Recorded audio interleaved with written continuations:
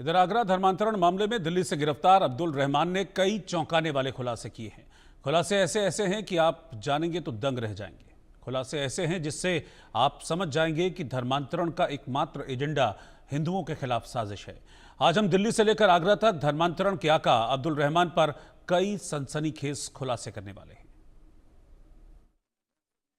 देश की central agency, देश की खुफिया एजेंसी यूपी एटीएस और इसके अलावा कुछ स्टेट की पुलिस अब्दुल रहमान से इस पूरे अवैध धर्मांतरण रैकेट को लेकर पूछताछ कर रही है। कुछ स्टेट पुलिस जल्द अब्दुल रहमान से पूछताछ करने वाली है। लेकिन जिस तरीके से अब्दुल रहमान की गिरफ्तारी दिल्ली के ओल्ड मुस्तफ़ाबाद यानी कि करावल नगर के पास से हुई है, और जानकारी के मुताबिक अगर सुरक्षा एजेंसियों की माने और देश की खुफिया एजेंसी की माने तो अब्दुल रहमान मुस्तफ़ाबाद के उसी घर से अवैध धर्मांतरण का पूरा जो एक रैकेट है वो चला रहा था। साल 2006 में मौलाना कलीम सिद्दीकी, जो कि धर्मांतरण के मामले में पहले से ही जेल में बंद है, उसके संपर्क में था और उसके बाद और वहाँ से फिर वो धर्मांतरण का एक पूरा जो रैकेट है वो चला रहा था।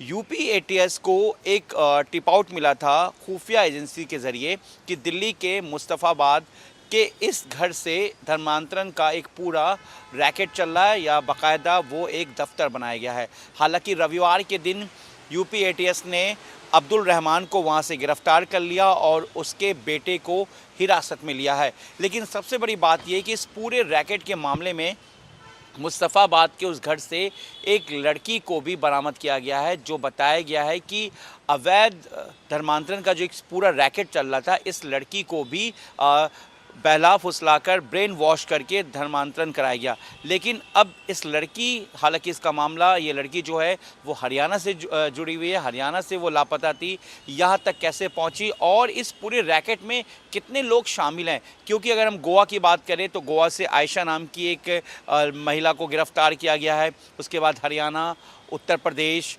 राजस्थान, कुल दिल्ली के अलावा 6 ऐसे स्टेट हैं जिनमें से कुल अब्दुल रहमान को लेकर 11 लोगों को गिरफ्तार किया गया है। यूपी एटीएस को ये जानकारी तब मिली थी यूपी पुलिस को, जब एक लड़की जो कि लापता थी, उसके बाद जब उसने अपने आर्म्स के साथ जब सोशल मीडिया पर अपने एक तस्वीर को जब उसने पोस्ट किया तो उसके बाद पता चला कि ये लड़की लापता थी। आखिर इसने पोस्ट कहाँ से डाला है और इसके पास हथियार कैसे आया। जब यूपी एटीएस, आगरा पुलिस इस पूरे मामले की जांच में जुटती है तो एक पूरा धर्मांतरण का जो रैकेट है वो सामने आता है, जिसका मास्टरमाइंड अब तक अब्दुल रहमान बताया जा रहा है।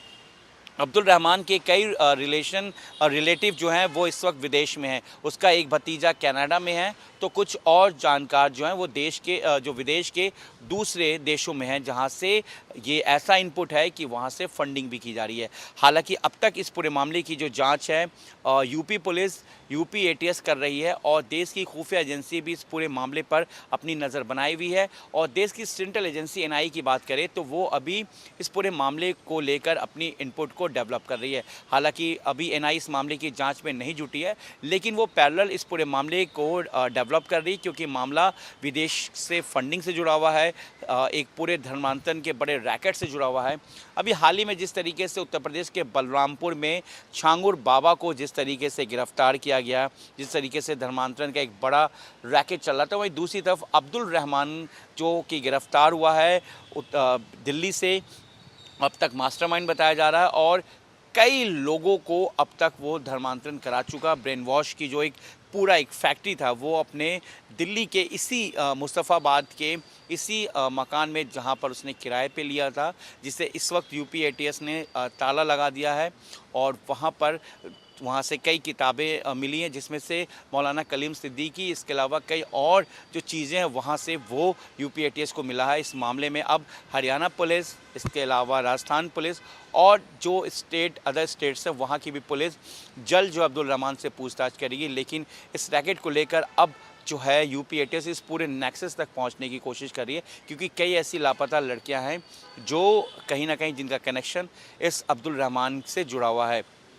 तो ऐसे में क्या इस तरह के लड़कियों को या धर्मांतरण जो कराया जाता था ब्रेन वॉश करा के, क्या इसमें एक नेक्सस के तौर पर और लोगों को भी शामिल किया गया था?